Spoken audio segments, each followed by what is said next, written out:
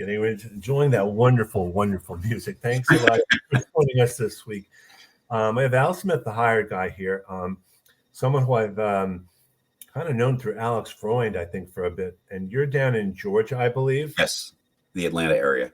The Atlanta area. So great to have you in today. And what I wanted to do today, we're going to do something a little bit different than we've done before. Al is going to be doing a presentation specific to, I guess, to LinkedIn and searching and the like. And then when that's over, we're going to, if people want to be part of it and to do some searches, I'm sure, Al would love to do that.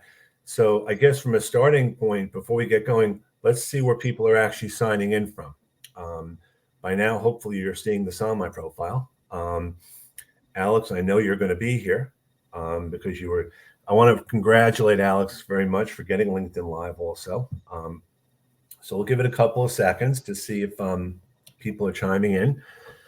Every once in a while, what I do is I take a quick peek on my LinkedIn profile to make sure it's actually running. No, because you'd be surprised.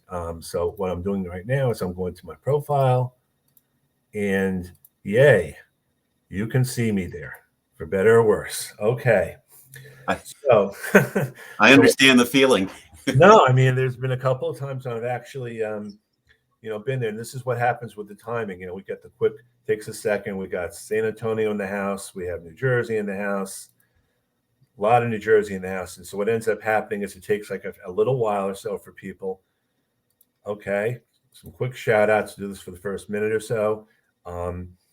So what I'm going to do is I'm going to let you, Terry. Okay. All right. With that, we'll get into more of these later on. So I want to give you some time now. So I'm going to let you, I'm going to add this to the stream. And if anyone wants to, we'll see what happens with posts and things, if you can tag them. So Al, take it away. Okay. Let's see if I can get this done correctly. Well, so are we seeing? Yes. The full screen? Okay. Yes. So we all would rather have recruiters call us than applying to the black hole, correct? Mm-hmm. I mean, it's pretty safe to say, but you need to understand how recruiters do the searches for candidates and see where you fall. You want to be on the first couple of pages. And so later on, after I finish this the PowerPoint, I'm going to do live searches, and I'm going to ask for a few things, and you'll see that in just a moment. So can a recruiter find you? And you want to find out. So later on, I'm going to ask you in the Q&A or chat box for your job title, the desired job title, a few keywords or the industry that you want to get found in, or those words that you want to get found for, and your name so I can find you. Then I'm going to do searches exactly the way a recruiter would live on LinkedIn to see if we can find you, and we'll look for 5 pages. So as many as we can. This coming Monday, which is actually my birthday, I'm going to do the follow-up to this, which is we're going to do the interview chapter out of my book first. You finally got an interview, don't blow it. Then the following Monday, I'm going to do what I call Words to Work. It's a 90-minute Zoom call, and it goes from soup to nuts on how to position yourself on LinkedIn. So, question, why in the world should anybody believe anything that I have to say? And frankly, I'd like for all of you to start doing some research on the potential talking heads that you're going to listen to see whether you think that they have something of value to share with you. And if you don't think they do, don't bother with them. If you do, then, tune in. But probably the least important reason why I think folks should listen to what I have to say is that I've been in your chair.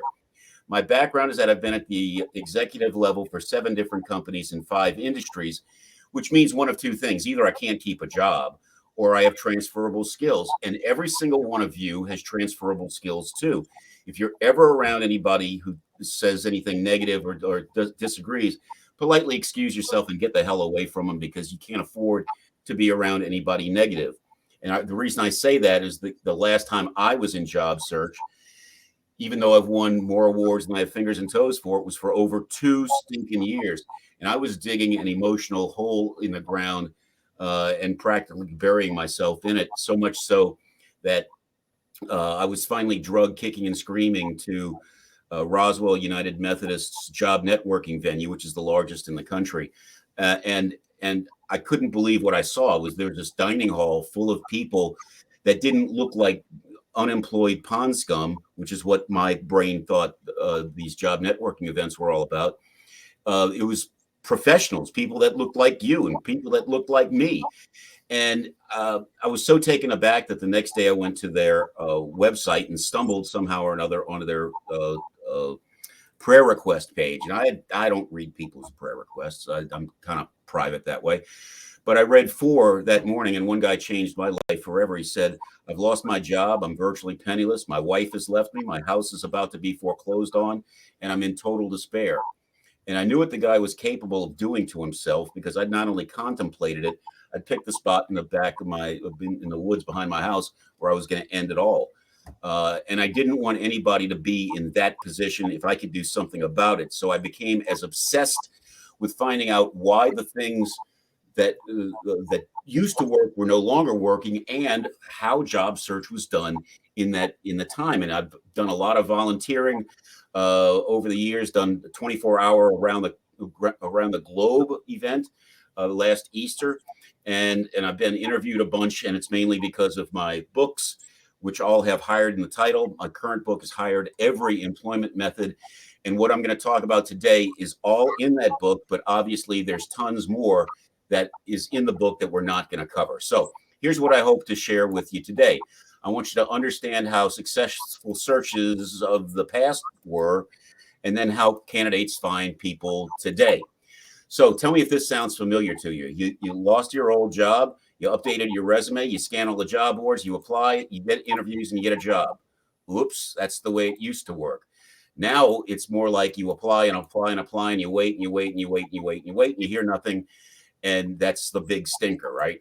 So you're applying into the black hole and you're not getting anything out of it. It sucks the life out of you even. And why is that? Well, because you're applying to jobs that are posted, and that only accounts for 15 to 18% of the total. The vast majority of jobs out there are never posted at all. And the higher up the proverbial totem pole, professional totem pole you go, the less chance you have of getting a job through online applications. So it becomes exceptionally frustrating for you. So I want you to stop and let's think about how this stuff works. How does job search work? And I'm sure you've seen this slide. Thank you, Alex, for letting me have this one. You want to get to the human's eyes, the recruiter. You want to get your piece of paper, your resume in front of the human. But first, you have to get past computers in almost all cases in job search today. And if you don't get through the computer's eyes, you never get to the human's eyes. So this process is to reverse engineer your marketing materials, your resume, and especially your LinkedIn profile. So you're giving to the recruiter what they're searching for. So we're going to use what they do and go backwards. So here's how recruiters work. Let's say I'm looking for a product manager. When I did that for my network, I'm connected to 9.9 million project managers. Wow, that's a lot. But if I separate this down just to the Atlanta area, it's 101,000. That's a big difference. So you want to search like a recruiter. So you're looking for a job opening. And I said, if a recruiter's looking in the Atlanta area, then they might have 101,000. They want to get this down to about 25 people. 1,000 could apply, and the recruiter wants to get to 25. How do they do that? They start by searching with the job title. They call it a requisition. Then they add 3 to 5 keywords or long tail strings of keywords to parse this down, to parse people out. If you don't have the job title and the keywords, you're not going to be in the search results. They're looking to call 25 people or about 25 people. That's a phone interview part. 10, it whittles down to about 10 for the first round of face-to-face or virtual face-to-face interviews. 3, maybe 5 on the outside are brought back for the final interview, and somebody gets hired. Again, 1,000 people may apply. They're looking for 25. I want you to be among that 25. And we're going to concentrate on LinkedIn because 93% of recruiters use LinkedIn as their primary search tool. They're using it first before resumes in many cases. So you also need to learn how to search like a recruiter would. If there are two or more words that follow each other in succession, you need to have them in quotation marks. So quotation marks would be the first Boolean search term. If you have only one word, you don't need quotation marks. Then there are other words that join. You'd have this and, capital A-N-D, that. This or that. This but not that. There are two other things that you can use. The first one is the plus sign, which means the same as and, or the minus symbol, which means the same as not.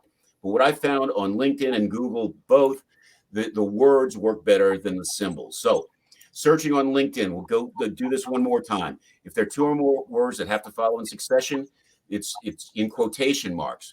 Then you add the joining words, but you'd probably use only and sometimes not. But all those have to be in capital letters. So here's an example of a search that a recruiter might do. So let's pretend I'm a recruiter. I'm looking for an accounting manager. That's the job title. Open quote, accounting manager, all lowercase, end quote. Capital A-N-D, this person needs to have the CPA license. So I have CPA, lowercase, capital A-N-D. I want this person to have general ledger experience. Open quote, general ledger, all lowercase, end quote. Capital A-N-D, I want the person to be senior in experience. And I want to parse out everybody who's entry level. So I put not entry. So that's a search with a keyword, a job title and 1, 2, 3, 4 keywords.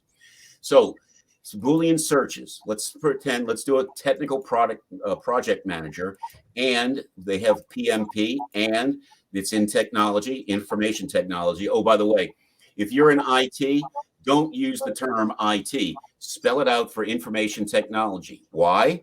Because recruiters can't search using IT. Why is that? Because T follows I a lot of places, including in my name, S-M-I-T-H. So spell it out. So I want this person to also be a Scrum Master, and I want this person to be senior in their background. And by doing that, I searched the world over and found 30 people. And so 30 is pretty darn close to 25, wouldn't you say?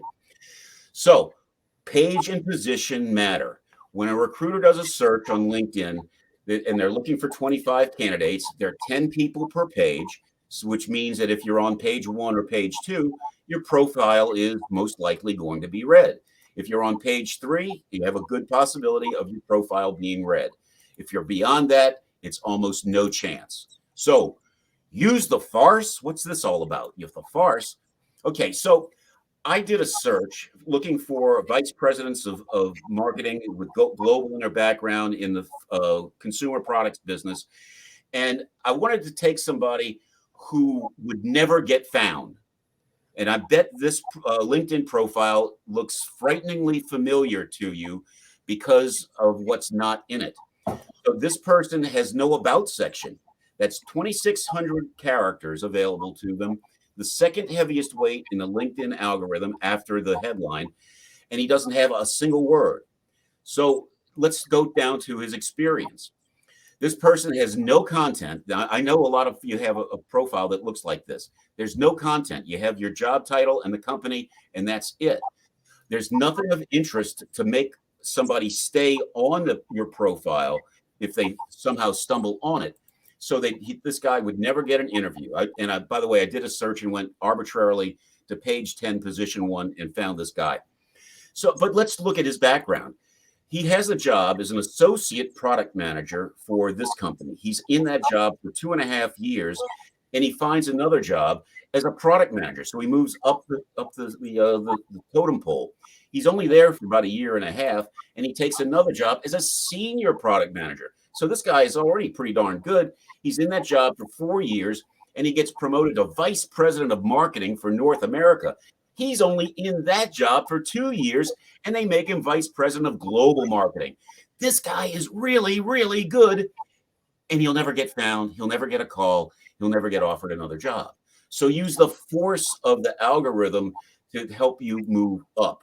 So how do you understand the algorithm? Oh, no, I didn't say Al Gore rhythm, but I know, bad joke. Use the algorithmic factors. The things that help move you up or move you down is your headline. Then there are keywords and the job title that you're wanting to have next. Where they're placed in your profile adds weight or diminishes the weight. Whether you have given recommendations or received recommendations, although a recruiter might not read them, the computer's eyes will. So you want to give and ask for recommendations. The endorsement section that everybody hates, nobody pays attention to, it carries a little bit of weight in the algorithm. So use the 50 terms to your best advantage. The titles of the groups that you're in are also read by the computer. So you want to you can have as many groups as you want to be in, up to 50, but you want to be active in 4, because the activity that you have, it affects what's known as the social selling index, and that can push you up as well. So you want to be active. Now, LinkedIn Premium used to be part of the algorithm, but it's no longer there. So that's a good thing, at least temporarily. I left it on here because I suspect they'll put it back. And then I'd like for all of you to upload some media, some objects of interest that might keep a recruiter on your profile longer than they would otherwise. So in the headline, there are 220 characters available to you, including the spaces between the words. And I know what you're thinking. My title isn't 220 characters, but since it's the heaviest weight, why don't we add keywords to that headline that use the weight to push you up towards the top? The about section, as I said before, 2,600 characters, which seems to have the second heaviest weight. And then for every job you've ever had, in my case, it goes back to when the Dead Sea only had the sniffles, you have 2,000 more characters that you can use. Now, the further back you go, there seems to be less weight. And I know what some of you are saying, I don't want people to think I'm old. Well, there comes a point where you're going to be prompted, or recruiters would be prompted to click somewhere to see more, but they're not going to. But the computer will. So wait, let's think about this a minute. How about if I just search for myself? Unfortunately, you can't search for yourself, and I'll prove that or show how that works with using Alex Freund in just a little bit. Searching for yourself isn't impossible, but it's not easy. You can't actually use your computer and search for yourself going through LinkedIn because it messes up the algorithm. You can't use a first level connections profile, borrow their profile, because that negatively affects the algorithm. And Alex and I have done this before. You need to have an enormous network of connections, or else you're swimming in too shallow of a pool, and you're not going to get a true representation of what a recruiter would see. But if you go through what I call the words to work process, find the keywords that are associated with your job title and load them in paragraphs and bullet points, you will improve your position, but you won't know exactly where you are. So I want you to search like a recruiter. I want you to be on page 1. That's my goal for everybody. And whoops, this is again what we're doing. If you want to take a screenshot and send an email to me, or go to my LinkedIn profile, and don't search for Al Smith. You just search for the hired guy. You'll find me, and I'll invite you. I'll send you an invitation to or registration for both of these workshops that I'm doing the next couple of Mondays. All right. Also, I'm rentable. We'll take a screenshot there, and you can get in contact with me. If you're interested, give me a holler. I also recommend other coaches all the time because the fit needs to be good. All right. So how about I stop sharing this screen and we go doing some searches. And here's what I need from you. In the chat box, you want to put your desired job title, some keywords associated with your job title, maybe the industry, and your name. So when I do the search, I know who I'm looking for. So I'm going to stop sharing this and see if I can get to where I need to be. And what I'll do, Al, is when people put comments in, I'll put them up on the screen, which will make it easy for you to search by. And, there's a little bit of lag as well. I think it's so important. A couple of changes that just happened with LinkedIn too. The about section just added a 4th line, which makes it that much better when you're being searched for, because most recruiters are when they do a search, they're only going to see the first 3 lines of an about section. And while there's so here's a question right off the bat. Can you share the slide with a number of characters per section? I will just say this, Valerie, this is going to be recorded. And so if you want to just speak to that, Al, first, the number of characters per section. Sure. In the headline, there are 220 characters, and this is including the spaces in between the words. The about section has 2,600 characters available, and then for each job you've ever had, you get 2,000 characters. All right, I'm going to add this to the stream so you can see it up there. Okay, and then I'm going to put up. This is my name is Alex Freund. I'm an interview practice coach. The keywords I want to be found by are video interview practice, video interview prep, interviewing, and video interviewing. Okay, so are you seeing my LinkedIn? Yes, I am. Okay, so let's start at the beginning. Interview practice coach. Let's see. But I put that all lowercase in parentheses. I'm sorry, in quotation marks. Right. And it says the keywords I want to be found on are, and this is in quotes, video interview practice.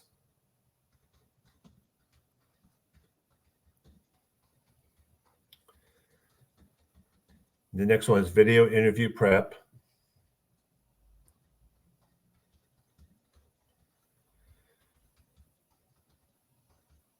The next is interviewing.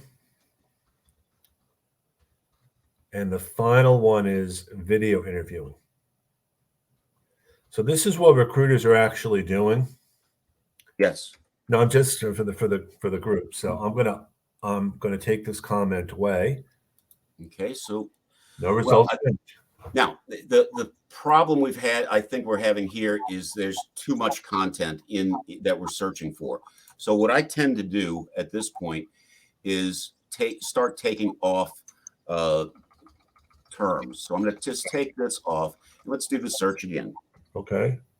So we're going to, and if we don't find Alex, then we're going to go to his profile and see why. Could it be the number of characters allowed in the search, possibly?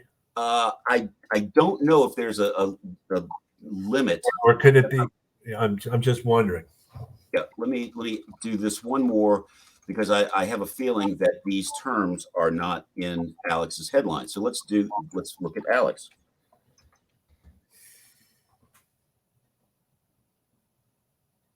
Okay. Go to his profile. So when we're not looking, the things that are in his headline are not what we searched for. So could it be, Sam said, could it be an and versus an or? I don't know if you're doing ors or not. No. As a matter of fact, if you do or, that it really makes your search huge, okay, as opposed to narrowing it. Okay. So let's go back to this and search a little bit differently. Interview coach. And I'm going to do this video. Now, just so everyone knows, anyone can do searching whether you have basic or premium. It's not a premium thing. Correct. Although if you have the $30 or the free version, there's a limit to the number of searches that you can do in a given month. You'll reach the commercial search limit. On LinkedIn, but if you do searches outside of Google, they don't count, which a lot of people have actually done. Okay, so let's look at people, interview coach, and video. And we're going to search. Let's see if we find Alex in the first page or two. Now, we are first level connections, so that makes it more difficult. One thing, if you do a drop down and select connections, first connections. Yeah. Because sometimes second connections have a tendency to go on top.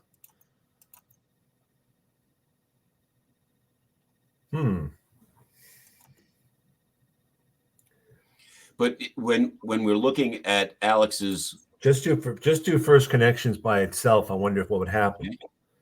Okay. And this is, let's just see, because I want to see first connections. Yeah, there you go. Yeah. So when we're looking at Alex's profile, we have to. I would suggest having specific terms that you want to get found for, as opposed to a sentence. So That's here's another one here. There's a person here. My name is Christina Tarango. I'm a security systems designer. Some keywords for me would be CCTV or access control.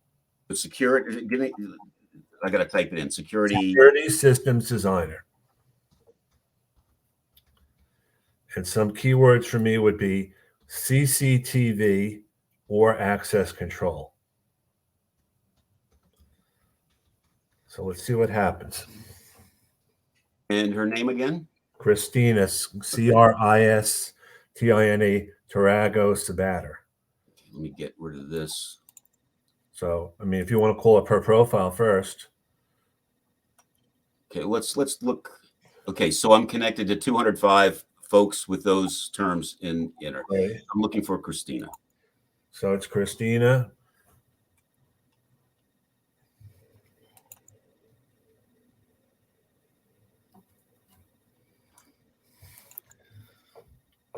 So if you call up her profile, though. Yep, well, I'm going to go one more page. I usually go 5 just for the kicks and giggles. Okay. And no, last name again? It's CR, not CHR. Okay, sorry about that. That's okay. 2 sets of eyes. Christina, there, first one. Okay, so one thing is that we're first level connections, and that affects the algorithm. I didn't realize we were. Let me go to your profile. So here are the things that I would suggest. Number one is that you have your employer in your headline. No need for that because your employer is over here to the right. You could actually add a series of keywords to your headline and be found more easily. Your about section, again, you have 2,600 characters. I would start talking about about using your job title more often, and your specialties as, and use your job title again. In the experience section, once again, I would use the senior systems designer. I'm currently working as a senior systems designer. Very good. These are some of my responsibilities as senior systems advisor. And I know this is redundant, but we're using the tools that were given to be found more often. So I would add content as much as you can throughout your profile, and that should help push you up, using the weight in the algorithm. Oh, something that I really like that you've done is that you have an image in your background and in the banner that talks to what you do. And a great place to get images, really good images for free, is a website called Pixabay, Pixabay, Pixabay. Type in what you want to look for, and the top line are paid images, but everything else below that is for free. One of the questions I get a lot of, people put down under their location where they live as opposed to greater New York City area or metropolitan area. And I say to them, that definitely is going to affect your search. You want to put your location there as to where you want to show up in the search. Now, is that true from a recruiter standpoint too? Absolutely. But recruiters can come from anywhere in the world. They all know where New York is, but they don't know where, I don't know, Ballpark, Georgia is. Right. So what about the idea of, do recruiters do searches with remote as an option as part of the keywords these days, or is it just all specific to, let's say, job titles and skills? No, they can add anything they want to. One of the things that I've heard, smart recruiters doing is adding the word seeking to parse out people that aren't necessarily actively looking for a job. Now, I don't like to see that in your headline, but you can bury it somewhere in your profile. So if that's one of the terms that a recruiter's using, you can have it in your profile forever. And here's an example that I used a few years ago when I had 3 clients, just 1, 2, 3 new clients who were all currently employed, and they didn't want their employer to know that they were looking for a job. So here's the line I came up with: earned the reputation for always seeking new opportunities to improve something, and it was different. They could use it forever. And if somebody from the company saw it, they wouldn't think anything about it other than something positive. So do we have somebody else that we want to search for? Anyone else willing to be searched for or have questions? Because this is like such a great opportunity. I always like to suggest or keep in mind that when LinkedIn does the search, they include second and first and other connections in the search. Yep. So if you want to be a little more granular, you want to take out that. Otherwise, because people wonder how come first connections don't show up. First, it's just because LinkedIn doesn't do that. While we're waiting, does mobile searching work the same way? Like if someone's a recruiter going to do it on a tablet or something, do you know if that has any difference or not? I don't think it has any difference. It's to me, it's a little bit more difficult to do because you're using a smaller screen and you're seeing less at a given time. But it certainly can be done. Okay. Well, I'm going to use myself as a guinea pig since okay. Okay. No one else is going to want to. So I'm a LinkedIn trainer. LinkedIn trainer for job seekers, let's say. For job seekers, that now can you do like for 45 and older in there, or would it just be if you don't have that specifically in your profile, I wouldn't. So say LinkedIn trainer and job seekers in New Jersey, let's say. Okay. And I'm just curious to see, because I've never done this way, but if I don't volunteer myself, I can't ask anyone else to.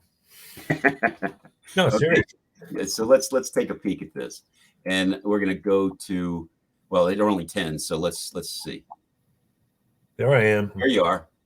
Okay. So we'll click on your profile, and of course now you're going to see the video in the background there, which is something that I have to do over this weekend. I have to do that. I'm saying even behind that you can see us online. Isn't that funny? Yes. Yeah, that's exactly what happened on streamer. But so seriously, if you scroll down, that's why I was always curious to see. Yeah. So anybody else want to? Well, I have it here. There's a person, I'm going to put her name in here.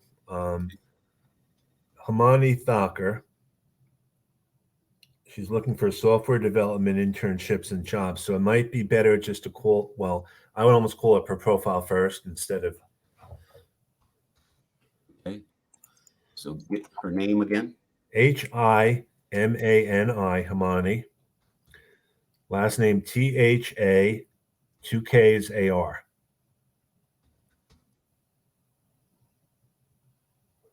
Let's find out. Okay. It must be a graduate student, I'm assuming. Yeah, I would say so. Okay. Just looking at. Okay, so you want to put the job title that you want next.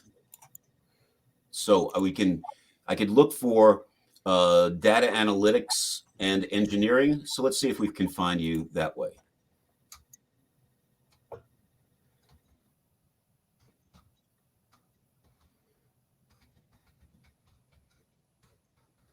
And then when you're done, I have a follow-up question from Christina, which is a great question in general. Okay. So ask Hamani where she lives. She said she's a grad student. She said she's a grad student at NYU, which is not on her profile. Okay, so but in your on your profile you have Boston, so let's put Boston. Then the reason for that is I want to go from 787,000 people to, come on, where's Boston?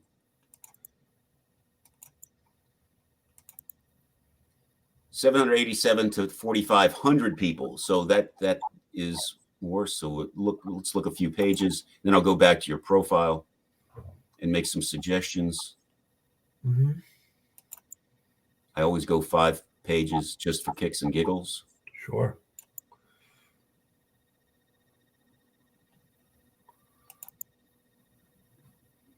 Okay, so we're going to want to add content, and content is king. So you're going to want to put the job title that you want next. Excuse me. Where you want to live. You also want to add connections. I really want you to add lots of connections. As a matter of fact, anybody here, if you take your LinkedIn URL, stick it in the chat box and invite people to connect. First of all, apparently it says, I'm from New York. I believe you have got the wrong profile. Okay. So let's do this again. So Hamani Thakur from New York. See all people results. I don't see her. Okay, so we have Boston. Well, Hamani, if you can put your URL in the chat, that would be helpful. So in the meantime, well, if Hamani gives me the URL in the chat, this is a question which just came up. I'm trying to find a job in the U.S., but I live in London at the moment. Is there any recommendation on what to add or remove from my profile so recruiters would give me a chance?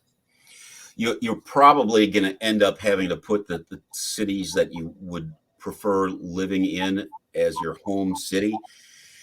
The challenge, the biggest challenge there is getting the interview, because you'd have to cross the Atlantic to interview in person, or take the job. But letting it be known that this is your intent to move to the States from London, I think is the best thing to do. So here's the URL from Himani. Okay.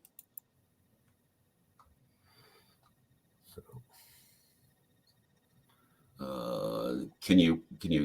Well, if you go linkedin.com /tab in, just in the URL in the top. Mm-hmm. No, in the top on the search bar. Oh, okay.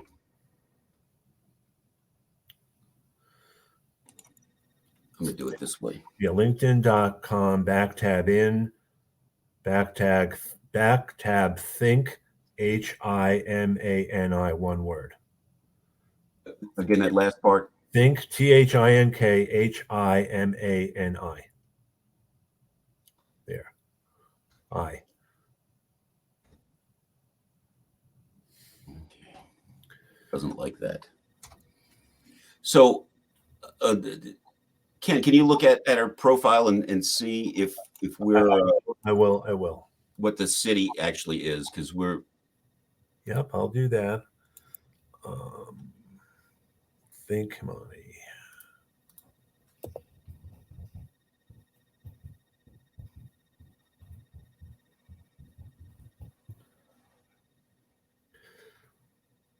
It's New York, New York. It's Himani Thakur. New York, New York. She has 500 plus connections. Okay, let's look for locations. New York metropolitan area. Yep. So this must be. That's her. Yep. Okay, yep. Great. Yep. All right. So again, I would change your headline to be what you want next. Whatever the job title is, because recruiters are going to search by job title and keyword in almost all cases. Here's something that I suggest that you turn off. People also viewed. Why? Well, the better your profile becomes, the more these people are going to be direct competitors to getting a job. How do we turn this off? You'll go to the small picture of yourself in the top right-hand side. I call mine the roach killer. And in this drop-down box, go to Settings and Privacy, and you're taken to this landing page. And here at the top, you're going to scroll down to People Also Viewed. Where are we? Get account preferences. People Also Viewed. Right there. Stop. People Also Viewed. And you're going to slide this from yes to no, and bingo, all 10 of those people are gone forever. Now, recruiters absolutely love the option that they have of seeing these people. Why? Well, this Anish here might be somebody of interest. So they would click on Anish, go to his profile, and maybe not ever come back to yours. So you don't want to showcase your competition. I would also say, Himani, you don't have an about section. Correct. So that's a big miss right off the bat, because that's probably you have 2,600 characters of real estate to sell yourself. Yeah. And it really is important. It tells you what you bring to the table. Oh, and by the way, if you think about what you've taken in school, take the syllabus from the courses that you've taken, and those things become keywords that recruiters can search for, and you have some experience in those things because you took the courses. I would use those as core competencies or technology or whatever, and use them again as keywords in your profile and in your resume. And I would also keep in mind that the LinkedIn algorithm is constantly changing. Your profile is a living document. You don't do it and then not do it again. I mean, we're not even talking about content so much, but you want to keep it up and running. Now, Sam asked, is there a way for me to see that people also view but not publish it? And I believe that you can see it anyway if you just have it blocked for other people. I can still see who's viewed my profile, I think. Well, it would be replaced with just this: people who you may know. Exactly right. Yeah. Which I don't know of a way to get rid of that. I don't know why I would want to get rid of that, because they're probably not going to be direct competition to me. I also like to suggest that people put your email address in your about section. Absolutely. Do not assume that people will connect with you. You have to make it easy for people to find you. Maybe not your cell phone, but definitely put your email address in there, so at least they have a point of contact. Absolutely. That's something that I want to see just all the time. And I'm going to give you an example. Sure. Of somebody who has done good things, and he has something that I want to strangle him. This is a former client. So obviously, Jeff is a chief financial officer. So in his about section, he has chief financial officer who's built a reputation, blah, blah, blah, blah, blah. And some of the contributing factors to my success as chief financial officer. Throughout my career as chief financial officer. Key highlights as chief financial officer, and a couple of the things that I want to strangle him about. One of them is this: a competency snapshot, and he could have put chief financial officer. I suggest putting these vertically instead of horizontally, because some people like to see bullet points and they get to something real quick. Now, the other thing, and I'm picking on Jeff, and he's not here to defend himself, is something that almost everybody does. They don't update their profile when they get a new job. He went from this job to another job, and he doesn't have anything there about his current job. I think that's a mistake. So when I search for clients, when I'm doing a competitive analysis between their profile and a whole bunch of the best competitors, I actually go to a step above what the client is. So if I'm looking for, or if the client is looking for a director level position, I'm going to search for vice president positions, because that current job, it probably isn't going to have much content, but the step below it will probably have lots of content. So it's kind of funny the way that we don't prepare ourselves for the next job until we lose the current one, which I think is a mistake. I've actually had people with the about section make it almost like a pyramid, or is in a shape, which just makes it look that much nicer. I mean, whether it's bullet points, because you just want to stand out, because I've seen so many profiles, it's like reading a novel, like War and Peace. It's like, I get that you want to be searchable and you want to put everything, but I just, you lose me that way. Yeah, and think of it this way. There are people who like to read paragraphs. So appeal to the people that like to read paragraphs by having a paragraph or two. But then there are people who like to see bullet points, and they like white space, and they want to see that word quickly. So when I write resumes for clients, I like to use the hybrid resume type style, because I want people, and I've said this in interviews, I don't want somebody to have to look through 2 pages of gobbledygook in order to find what they're looking for. I want you to see it right now. So Alex wants you to try one last thing. Okay. Just search for video interview practicing, not Okay. by itself.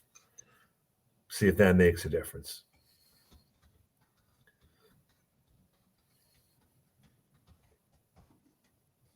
And we'll do that. And Can you make it practice, not practicing? Oh, sure. Yeah, thanks. Going to be exact for. Yep. And I'm going to look this way, but I have.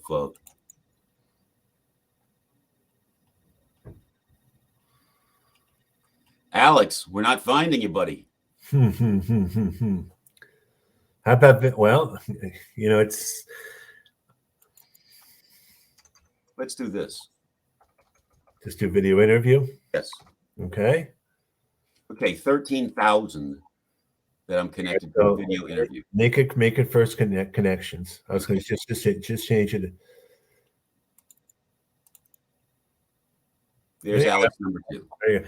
But that's the thing to keep in mind. You're not going to be, just because LinkedIn, for whatever reason, you have to delineate first connections. Otherwise, it's going to show up all connections. Right. So let's reset this and change. Come on. Oops. I don't want to do that. I want to reset. Get rid of all that. Okay. All right. Okay. Show results. And I'm going to change this to location to New York. Results. So let me.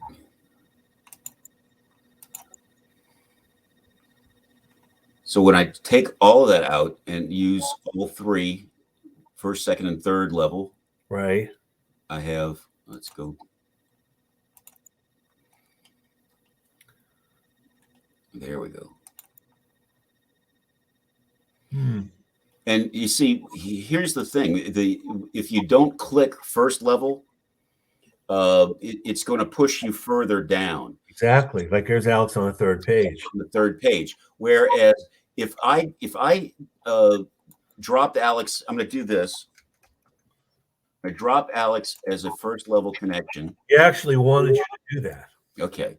So I'm Alex, and we're going to do the search again.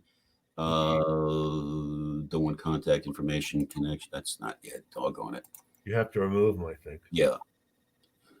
More. Even more. Yeah. Remove connection. Okay. Now I'm going to go back here and refresh. Yep. So I'm looking, same thing. Let's see what page I'm on. I'm on third page. Let's go back to 1.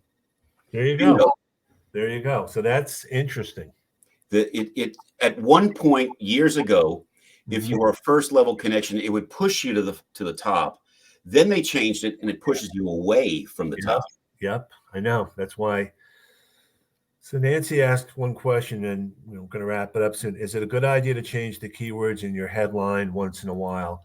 I'm going to tell you, I do it every month or so just to see how I show up every week. I don't know if that's best practice or not, but I'm always changing because I want to see how I'm going to show up in searches. Tweak, and things change. I tell the story that years and years ago, I sold more medical capital equipment for a couple of different companies than anybody else in the country. And I'm not trying to break my elbow, patting myself in the back. But if I wanted to go back today to sell medical capital equipment, nobody would find me because it has changed. It's now durable medical equipment, or DME. So I would have to translate what I did to what they call it today. And that could happen to any of you. If you're in sales, it might be business development, or, it can be kind of squishy. So make tweaks as you go along, and it helps to move you up or down the ladder. All right, I'm gonna take this the searching out. Great. So because I wanted to give people an opportunity to see our pretty faces. The face only a mother could love. Yeah, well, for sure. But I do want to thank everyone for being here today, Alan. For people that are watching, you can watch this recording. And Al, yes, there's the book. It's been great to see so many people here, and I do hope you connect with Alex. I hope he doesn't take it personally, and I hope. We've done this before. Okay. So Because- if you're interested, send me a connection request. And you know, I'll be doing 2 workshops the next 2 Mondays, or actually the next 3 Mondays, but that's a whole different story. I'll send you something to register. All right. Well, next week, what we're doing actually is we're going to have a holiday party. So definitely come with your sweaters and hats, and I'm going to wear mine. Have a great day, everyone. Reach out to us. Have a great holiday, and thanks a lot. Take care. Bye-bye.